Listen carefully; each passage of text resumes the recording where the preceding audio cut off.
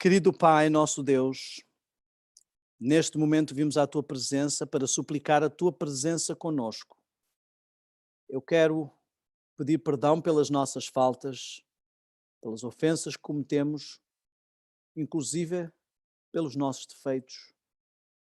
Eu quero pedir, Senhor, que Tu possas, apesar da nossa imperfeição, utilizar-nos profundamente neste momento, dar-nos a Tua inspiração. Eu suplico que o Teu Espírito nos use e nos dirija. Em nome de Jesus. Amém. Ora bem, como eu disse, o nosso objetivo hoje não é tanto estarmos numa linha de uma pregação comum, portanto vou ter uma reflexão, que é uma introdução, será mais ou menos uns 20 a 30 minutos, talvez 40, e a partir daí nós vamos abrir então para perguntas, as pessoas poderão colocar as suas questões e vamos dialogar um pouco. Estamos num momento como nunca houve, nunca na história se viu algo assim. É verdade, já houve outras crises, já tivemos várias outras pandemias ou várias outras epidemias, mas nunca houve uma epidemia que o mundo estivesse como uma aldeia global, em que toda a gente sabe o que se passa com toda a gente está informada a quase tempo real, onde o vírus foi acompanhado, monitorado a tempo real. As coisas começaram a surgir em Wuhan e começaram a espalhar-se pelo mundo. O mundo começou a ter estatísticas diárias do que estava a acontecer e essas estatísticas foram chegando país a país, alastrando para a Itália, a Europa, Suíça em geral, chegando depois aos Estados Unidos. As expectativas eram várias e o mundo viu, como eu costumo dizer, o coronavírus ficar viral. Ele foi mesmo uma epidemia e está por todo lado. Há pessoas que acreditam que, portanto, foi um vírus fabricado. Eu já comentei sobre isso em vários círculos, várias coisas que as pessoas têm mostrado. Já se ouviu falar sobre vários tipos de profecias, tanto até em desenhos animados como outros meios. Sabemos do livro que foi lançado em 1981, que fala sobre um vírus que iria surgir, fabricado em Wuhan, e queria alastrar-se em 2020. Sabemos também do filme que foi lançado em 2011, que fala sobre uma epidemia que iria surgir, e do documentário que foi lançado mais tarde, que se chama Depois do Armagedon. Todos estes documentários mostram coisas, o que nos mostra que não só a própria expressão coronavírus já tinha sido utilizada em vários círculos, mas também a forma como se estava a prever que fosse acontecer. O documentário Depois do Armagedon, After Armageddon, eu não sei como é que está traduzido em português, mas esses documentários mostram como o processo iria acontecer, como os estudiosos, os científicos, analisam que o processo iria acontecer, como é que o pânico iria alastrar-se nas cidades, como é que as redes de esgotos, todos os suprimentos da cidade iriam ter problemas e como é que as pessoas iriam tentar fugir para o campo, não conseguir fugir para o campo. Todas essas coisas estão mostradas no próprio filme. O filme de 2011, ele fala, é um filme de Hollywood, ele fala sobre como o vírus só poderia ser atacado através da invenção de uma vacina, fala sobre uma quarentena. Estas coisas ficam muito coincidentes porque são quase que a situação real do que está a acontecer. Os números variam um pouco, mas o resto é absolutamente semelhante. Então muitas pessoas dizem que o vírus foi, não é, fabricado, que tem objetivos. Algumas pessoas no círculo de economia, mesmo brasileiros e médicos, têm falado acerca da especulação de como a mídia transformou isto numa coisa gigantesca. E se é verdade que há outras coisas que são gigantescas, eu comentei ainda há pouco sobre a quantidade de crianças que morrem por dia, 8.000 crianças por dia. Isto é um número gigantesco, mas não é tão mediático, não está tão preocupante porque as pessoas não estão em pânico de que isto as atinja. Uma coisa que o mundo nunca pensou fosse possível seria uma quarentena mundial. As imagens das cidades mostram as cidades desertas, as pessoas realmente não saindo para a rua. Na Itália, o próprio prefeito andou pela cidade, em Roma, portanto, a pedir às pessoas para irem para casa com a polícia. Várias situações incríveis estão a acontecer. O mundo literalmente parou e eu quase que diria que se uns não morrerem do vírus, vão morrer da quarentena, porque a coisa está realmente crítica. Isto sabemos que vai ter um efeito na economia, vemos o que está a acontecer com a Bolsa, vemos o que está a acontecer nos círculos financeiros, os negócios estão a afundar, as injeções de capitais aos trilhões, sabemos que os suprimentos alimentares estão em risco de falhar. Aliás, muitas pessoas, e uma economista brasileira, ela diz que o problema pode estar exatamente aí, porque cada vez que a China enfrenta uma crise, ela busca que haja uma epidemia ou alguma coisa que se alaste pelo mundo e haja uma distração. Eu não quero entrar pelo campo da teoria da conspiração, porque, apesar de tudo, eu não acho, em muitos casos, até a palavra teoria podia ser eliminada, é quase só conspiração. Mas o que eu queria que entendêssemos é que, independentemente da forma como encaramos este vírus, isso não nos deveria importar. Seja por avanço mediático, seja por conspiração. Algumas pessoas vão para o outro extremo, elas acham que não há nenhuma preocupação, que nada está a acontecer. Nós já vimos que isto não é novo. Antes do coronavírus existiram outros vírus, antes deste vírus, o coronavírus, na realidade seria como diria em português. Nós, desde a Idade Média, quando houve a peste negra, morreram 75 a 200 milhões, é difícil ter os números tão corretos, entre a Europa e a Ásia, foram alcançados. Vimos que no próprio tempo de Ellen White houve também uma epidemia. Vimos que em 1918 houve a influenza, a gripe espanhola. Depois tivemos vários problemas ao longo do mundo na sua história, as vacas loucas, o problema da gripe aviária, da gripe suína, a gripe influenza de 2009 e as suas repetições e repercussões. A Bíblia diz que não há nada novo debaixo do sol.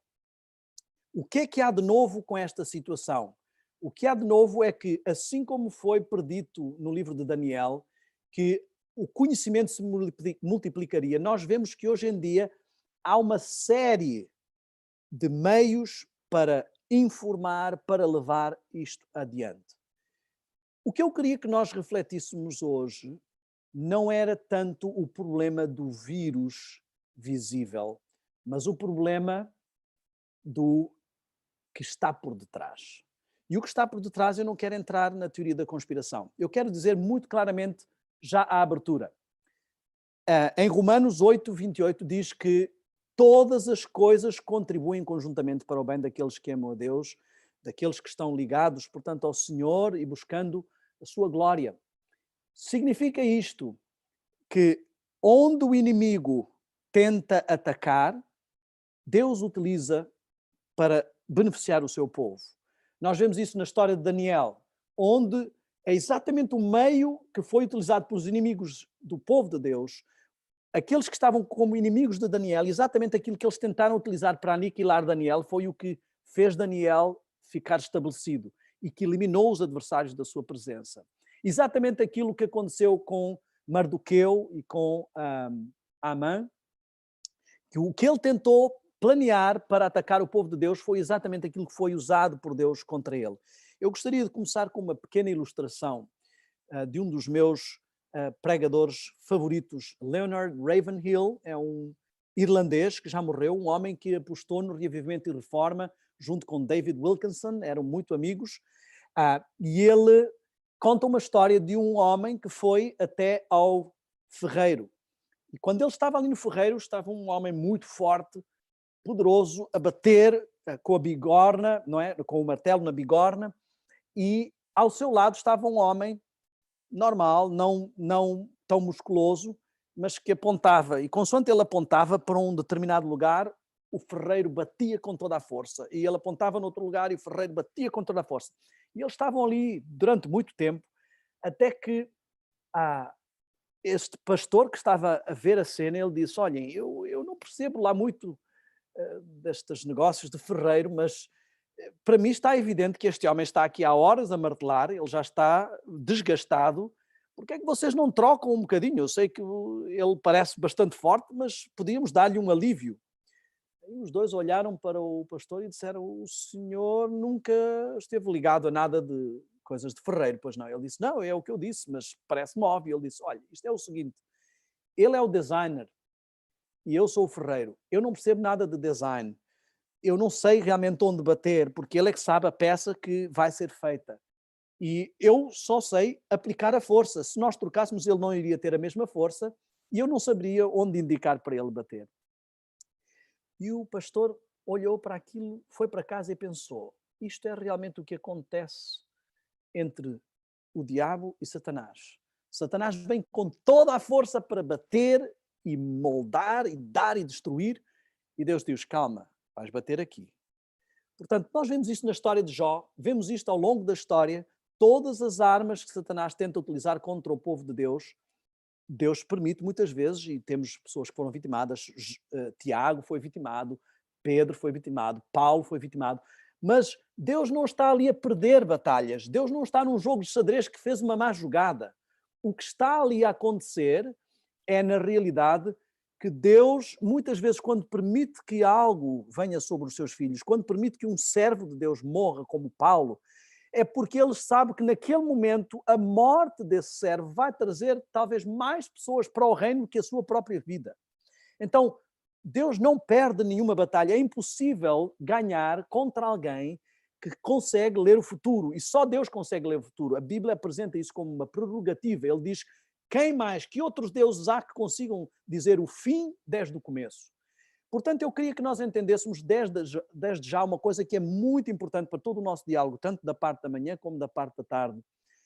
Nós, como povo de Deus, a Igreja Adventista do Sétimo Dia, nós não andamos a acompanhar a agenda do diabo. Muitas pessoas estão preocupadas com o decreto dominical e isso é válido, nós temos que observar, nós sabemos e observamos as manobras do inimigo, mas não é aí que está a nossa inspiração de agenda. O nosso sumo sacerdote não é o Papa, não é ele que acompanhamos em todos os movimentos.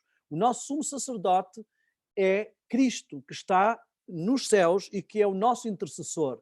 Então, os movimentos dele é que acompanhamos. Quando ele passa do lugar santo para o santíssimo, sabemos que entramos no tempo do fim. Quando ele é ungido no céu, sabemos que é derramado o Espírito Santo na terra. Então, nós não estamos realmente a acompanhar a agenda do inimigo. A agenda do povo de Deus é outra. É a agenda que vem dos céus. E isso nós temos que entender.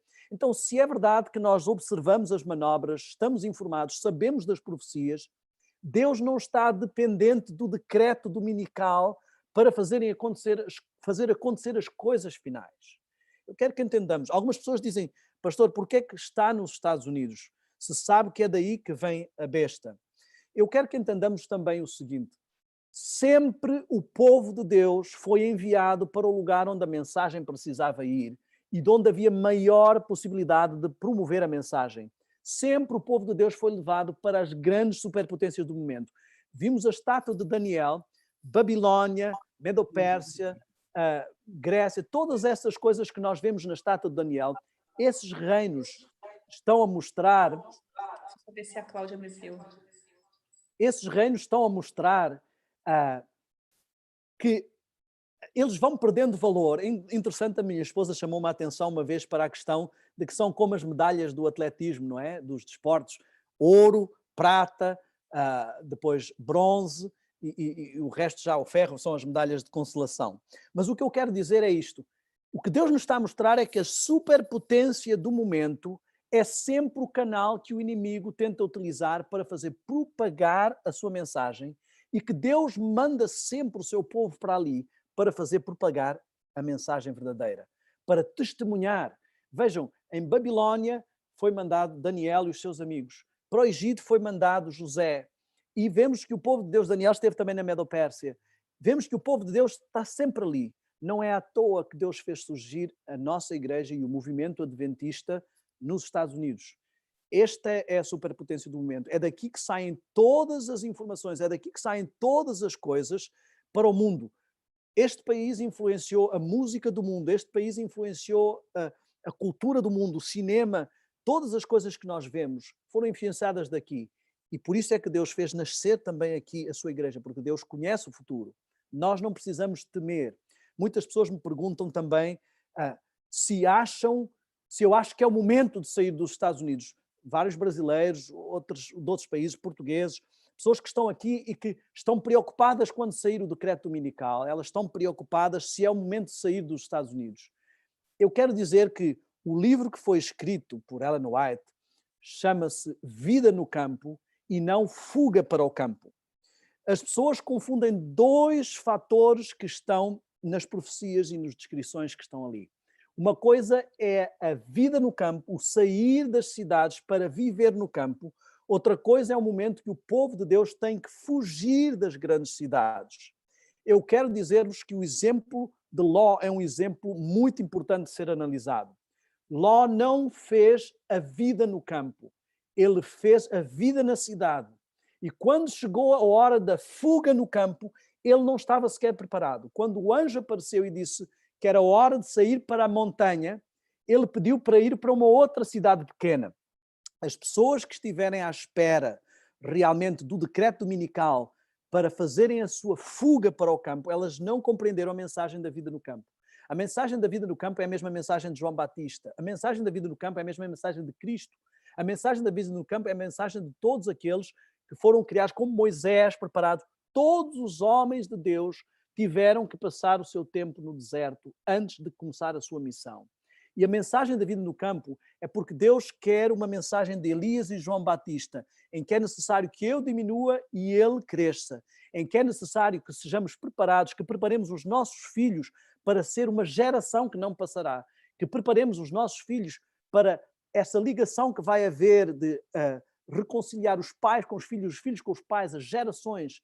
Isso não é possível apenas com uma fuga para o campo. Isso não é possível num último momento.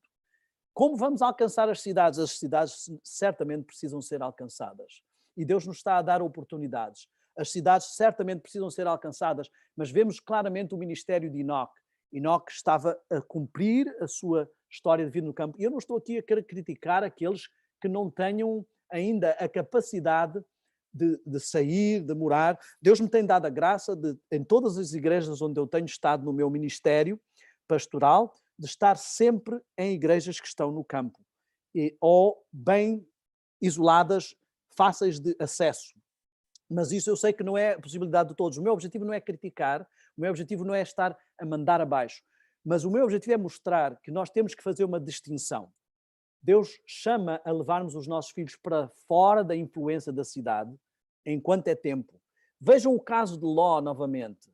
Ló achou que não era hora porque ele estava focado com a fuga no campo. E quando chegou a hora da fuga no campo, é verdade, ele conseguiu sair ainda, com o tal pretexto de ir para uma pequena cidade, mas ele perdeu a sua família. Ele perdeu a sua esposa, porque ela estava enredada por anos e anos de uma contemplação que a transformou. Ela estava transformada pela contemplação ao seu redor. Ele perdeu as suas filhas, não só aquelas que não quiseram ir, como mesmo as que foram, elas vieram praticar os mesmos hábitos nos quais tinham crescido na cidade.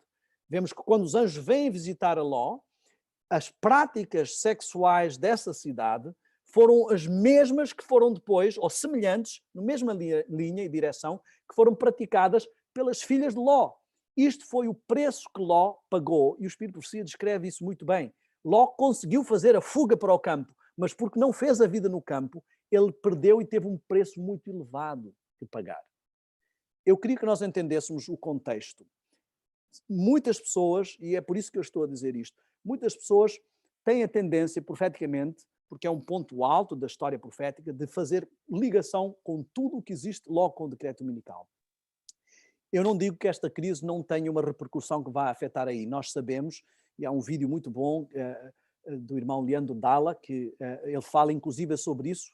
Achei muito equilibrada a sua colocação, como ele mostra que de vez em quando entram pessoas, eu tenho que emudecer aqui para não se ficar a ouvir, como ele mostra que isto pode desencadear na crise final, ou pode o Senhor, na sua misericórdia, não deixar que seja já a crise final. Mas seja qual for o rumo, isto certamente irá afetar. As pessoas sentiram agora a influência de um descanso, no caso não foi semanal, mas pode ser transformado num hábito regular. Há já várias entidades a mostrarem isso. É uma leitura que eu penso que é clara. Isto vai ter uma influência por causa da crise, já se fala em retomar a paz, haver paz e tranquilidade, todas essas coisas certamente julgarão.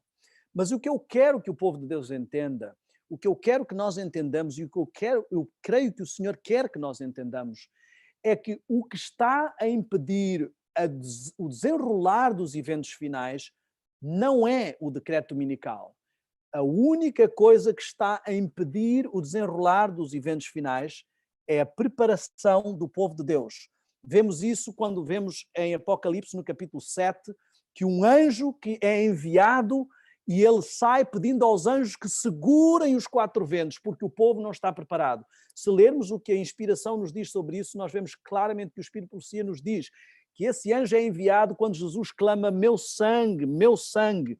E logo ao esse anjo ser enviado, ele está a ir e a levar uma mensagem para segurar os ventos, porque o povo de Deus não está preparado. A única razão por que não se desenrolaram os eventos finais ainda é porque nós não estamos preparados. Nós não criamos os nossos filhos da forma como devíamos, nós não levamos ao isolamento a preparação que eles deviam, não criámos uma geração pronta para a última missão, que ela é realmente terrível. Eu quero que entendamos todo este cenário que está a acontecer. Eu falei ainda há pouco sobre isso. Nós estamos preocupados com um vírus, o mundo está preocupado com um vírus, que é um vírus que é apenas uma variante do vírus da gripe. Em alguns casos, no seu crescendo, não matava sequer tantas pessoas quanto o vírus da gripe, mas que foi criado toda uma movimentação à volta disso. Mas eu não vejo a mesma preocupação sobre o vírus do pecado. E eu estou a falar de cristãos e adventistas. Não temos a mesma preocupação sobre o estado do nosso caráter. Estamos preocupados, talvez, com medo. A Bíblia nos diz que o verdadeiro amor lança fora todo o temor, não é? Nós não estamos realmente a experimentar o mesmo pânico, o mesmo asco, o mesmo desespero, não está, por uma pandemia que é muito maior, uma epidemia que alcançou já o mundo inteiro, em que todos já fomos vítimas. A Bíblia diz que todos pecaram e destituídos estão da glória de Deus. Isso não é uma coisa que escaparam alguns. Todos fomos atingidos. O mundo não tem essa preocupação. Nós vamos ficar a dar mais ênfase à preocupação do vírus do que à preocupação do grande vírus que temos. Depois falei também há pouco sobre a questão da quarentena. Muitos não estamos a entender esta quarentena. Uma coisa é a quarentena que o mundo está a fazer. O mundo está a aproveitar porque tem agora mais Netflix, porque tem agora mais possibilidade de estar em casa. Alguns estão a tirar algumas boas vantagens disso, estando com as suas famílias e tudo mais, mas o que nós devemos entender como quarentena deve ir para além disso. Nós estamos, desde que começou o tempo do fim, numa grande quarentena, que é o Yom Kippur. Nós estamos, desde que começou, quer consideremos 1798, quer consideremos 1844, estamos a viver o tempo do último período do santuário. Vejam, pátio, santo, santíssimo. Estamos a ser chamados para o santo dos santos. Justificação, santificação, glorificação, glória, caráter. Estamos a ser chamados para refletir esse caráter. Deus quer imprimir esse caráter no seu povo. Nós já estávamos à quarentena há muito tempo. Se não estávamos, deveríamos estar, porque diz que toda a alma que não se afligir será extirpada de Israel. Nós já deveríamos estar a buscar o jejum das coisas que o mundo nos apresenta. Nós já deveríamos estar a buscar um outro tipo de alimentação, um outro tipo de vida, uma vida que não nos deixasse ser enredados. No livro de Roger Morneau, A Viagem ao Sobrenatural, ele diz que no início do tempo do fim, os demónios tiveram uma grande reunião mundial em que eles, ao estudarem as profecias, entenderam que estávamos a chegar a um tempo em que as pessoas iriam correr de uma parte para a outra e que isso era uma oportunidade para eles atacarem. Eu quero que entendamos que o mundo parou, é verdade, parou quase que obrigado. Nós, povo de Deus, paramos quase que obrigados, porque o Senhor várias vezes nos tem pedido para parar e nós não temos atendido a esse pedido. O Senhor várias vezes nos tem chamado a vir a um lugar à parte e a meditar e nós não temos dado vazão a esse pedido. Então eu queria que nós entendêssemos que esta quarentena é uma oportunidade. Esta crise é uma oportunidade. O inimigo trouxe isto como uma desgraça e somos corresponsáveis por isto porque não levamos ao mundo uma mensagem correta, não esclarecemos ainda o mundo, ainda não cumprimos a nossa parte, não conseguimos sequer ainda dar conta da nossa santificação, das nossas famílias, quanto mais de alertar o mundo. Queremos que o mundo aceite uma mensagem que queremos pregar, mas que ela só será aceita quando nós a quisermos viver. Queremos que o mundo aceite e compreenda uma mensagem que para nós ainda está na teoria, que precisa de passar à prática. Então, somos corresponsáveis por isso, mas o ponto não é esse o ponto principal. O ponto é que nós precisamos entender que o nosso caráter se revela numa crise e esta crise está a revelar que nós não estamos preparados. Esta crise está a revelar que não é o tanto ler de profecias, saber de profecias, estar em verdade presente, estar totalmente informado, que nos ajuda a estar preparados. Isso é verdade, é uma ajuda, mas não é isso que faz com que sejamos salvos. Informação não é salvação. Eu vi uma frase que acho que é muito interessante partilhar, diz que há uma diferença entre conhecimento e sabedoria. Conhecimento é saber que tomate é um fruto. Sabedoria é não pôr tomate na salada de frutas. Então, muitas vezes nós temos o conhecimento, mas a aplicação prática da sabedoria. Esta crise nos surpreendeu a todos. E eu estou a falar a todos. Esta crise, ninguém estava à espera, isto foi uma coisa que nunca o mundo viu, neste sentido, embora eu tenha dito já que não há nada de novo debaixo do sol, a essência no coração disto tudo não é nova, mas a forma como isto tudo foi vivido. Isso nos mostrou que conhecemos, temos lido sobre profecias, mas da mesma forma como fomos surpreendidos aqui, poderemos ser surpreendidos outra vez. Eu gostaria de clarificar o que eu estou a dizer. Surpreendidos outra vez, sim. Sabemos que virá um decreto, sabemos que a perseguição virá, sabemos que essas coisas todas estão profetizadas, mas elas não estão com um sentido prático muitas vezes. E é isto que eu quero dizer.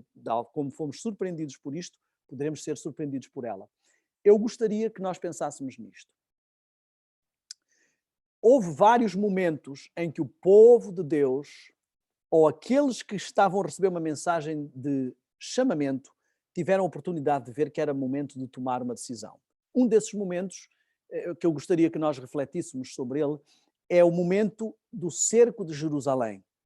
Deus claramente deixou profecias bem descritas ao seu povo, quando a abominação se manifestasse, que eles saberiam, e deu descrições de que não deviam nem olhar para trás, nem voltar para trás para buscar nada. Esse era o momento. E deu inscrições, inclusive descrições de como deveriam orar para que a fuga não acontecesse em determinados cenários. O povo, perante a situação, não entendeu essa mensagem. Portanto, quando viu o cerco, realmente ficou aflito.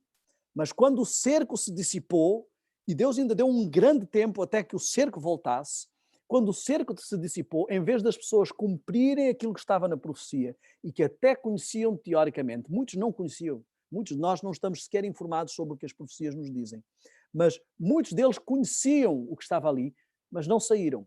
Foram mortes terríveis. As mães comendo os seus filhos, e vemos o historiador, Joséfo, descreve várias coisas nessa linha.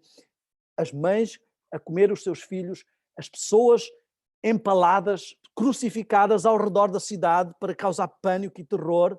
Os que fugiram, temos a descrição de que nem um cristão morreu nesse lugar. Eu quero que entendamos o seguinte: há coisas que vêm para o nosso sinal e para o nosso bem. Esta crise é um aviso da parte do Senhor. Sim, é verdade, como eu estava a dizer há pouco, ela poderá desencadear num eventual decreto dominical. Sim, é verdade, ela terá uma influência, sem dúvida, no cenário dessas coisas. Mas esta é uma oportunidade do Senhor. O Senhor não apela só para nós dizermos aos de fora, sai dela, povo meu. É verdade que a igreja não é Babilónia, mas o chamado para que saiamos de Babilónia é para todos aqueles que têm recebido Babilónia no seu seio. Nós deixamos de nos pautar pela palavra de Deus e começamos a querer pautar-nos pela cultura. E, obviamente, isto tem tido uma influência, tem afetado a nossa compreensão. E isto é o que está a acontecer e o Senhor nos está a chamar. Eu creio, oro e peço ao Senhor que Ele seja misericordioso, que Ele não leve em conta o tempo da nossa tolice e que Ele nos dê a graça de que estas coisas se dissipem. Elas terão marcas, porque certamente depois desta crise, nós vemos como já está o mercado financeiro, vemos como já estão as empresas em crise, certamente haverá consequências e essas consequências poderão ser usadas inclusive pelo inimigo para os seus planos. Mas o que eu quero que entendamos aqui neste dia é que o Senhor está a fazer um chamado.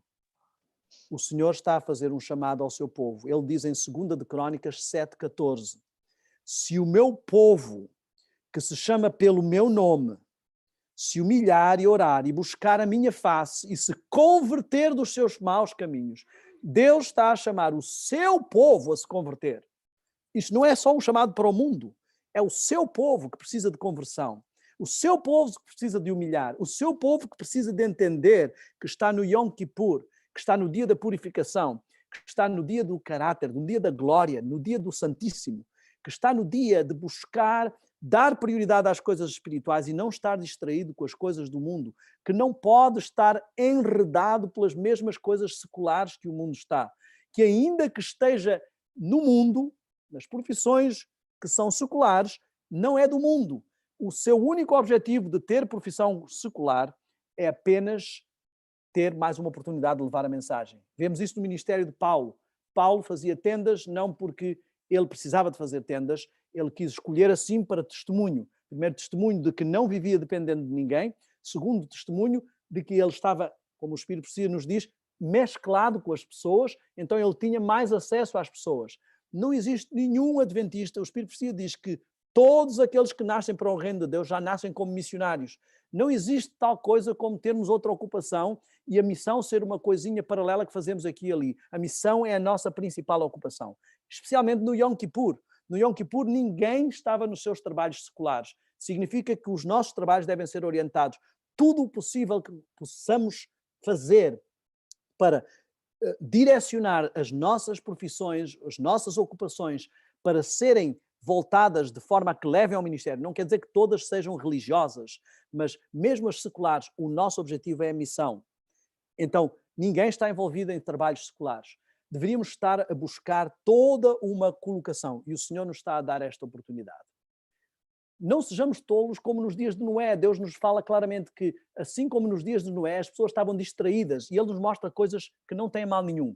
O diabo faz cair as pessoas principalmente por coisas que não têm mal nenhum. A maior parte das coisas que nos fazem desonrar o sábado são coisas que não têm mal nenhum, mas que não elevam, que não são espirituais no sábado.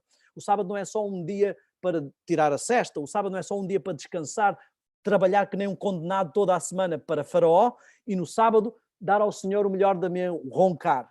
Não é esse o objetivo do sábado. O sábado é um dia de honra do Senhor, um dia de elevação espiritual. Mas quando nós estamos desgastados pela energia de Faraó, nós estamos a viver num sistema de Faraó. Nós precisamos ser libertos para o deserto da santificação, ser libertos para o deserto da quarentena, os 40 anos, os 40 dias desse deserto, ser preparados para podermos entrar na terra prometida, para que a lei seja gravada no nosso coração antes de entrarmos na terra prometida. 40 é um número que representa preparação e santificação na Bíblia. Uma quarentena devia ser isso para nós. O Senhor nos está a dar uma oportunidade, como o seu povo, de parar. Não sejamos tolos como os dos dias de Noé, que vejamos os animais a entrarem na arca e notemos que algo de sobrenatural está a acontecer ali e mesmo assim não tomemos decisões e acabemos por nos perder. Eu queria chamar a nossa atenção para algo muito importante. Quando vemos a parábola das virgens em Mateus 25, nós vemos que nos mostra ali claramente que todas eram virgens. São 10 porque nos mostra que é a igreja que tem realmente a lei de Deus, é uma igreja plena, completa. São puras porque esta é a igreja verdadeira. Mas vejam que dentro da igreja verdadeira, elas são puras, elas creem, elas acreditam, elas buscam o Senhor, mas elas não estão preparadas. Elas conhecem toda a teoria, mas quando aparece um vírus, uma crise, uma epidemia, elas são apanhadas de surpresa. Quando vem um decreto, elas são apanhadas de surpresa. Porque não é só a informação que nos interessa, precisamos de ter a preparação. E o Senhor está a convidar neste momento o seu povo, está a deixar uma tónica, um aviso. Ainda que se vão os exércitos e o cerco seja aliviado, precisamos aproveitar esse tempo. Mas mesmo que o cerco não seja aliviado, o Senhor ainda nos dá tempo de nos reconectarmos com Ele. Mas sabem o quê? O que mais me preocupa é isto. Muitos de nós estamos agora muito preocupados porque vivemos a profecia da emergência. Isto é o que faz com que as pessoas estejam a vigiar o decreto dominical. Elas querem ficar, muitas vezes, até à última da hora, sem tomar uma decisão. Elas não estão preocupadas em realmente consagrar a sua vida tanto quanto deviam. Elas estão preocupadas em não se perder. E esta não é a motivação certa. A nossa busca do Senhor é pela comunhão. Nós não adoramos o Senhor só porque Ele nos salva, nós adoramos o Senhor por quem Ele é. Então nós precisamos entender que viver a profecia do imediatismo, viver a profecia da última hora, viver a profecia da emergência, eu não devo ter a minha casa preparada para o incêndio só quando está a arder. Eu devo ter a minha casa sempre preparada para o incêndio.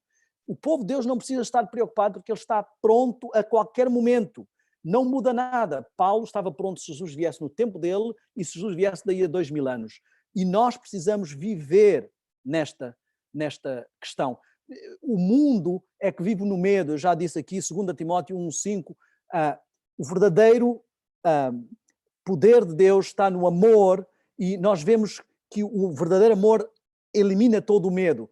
O medo é irracional. O povo que surge uma crise vão comprar 20 barras de sabão, 50 garrafas de água e álcool álcool etílico, não é etílico, entendam. Estou aqui com problemas por causa do inglês, eu tenho estado ultimamente a pregar bastante em inglês e agora as palavras não me vêm tanto em português. Eu queria que nós entendêssemos o que eu estou a dizer aqui. Deus nos garante que o nosso pão e a nossa água serão certos. Mateus 6,11. Deus nos garante que Ele toma conta do amanhã. Em Isaías 33,16 Ele nos diz que nos fará cavalgar em lugares altos e que nos dará o nosso pão e a nossa água como certos.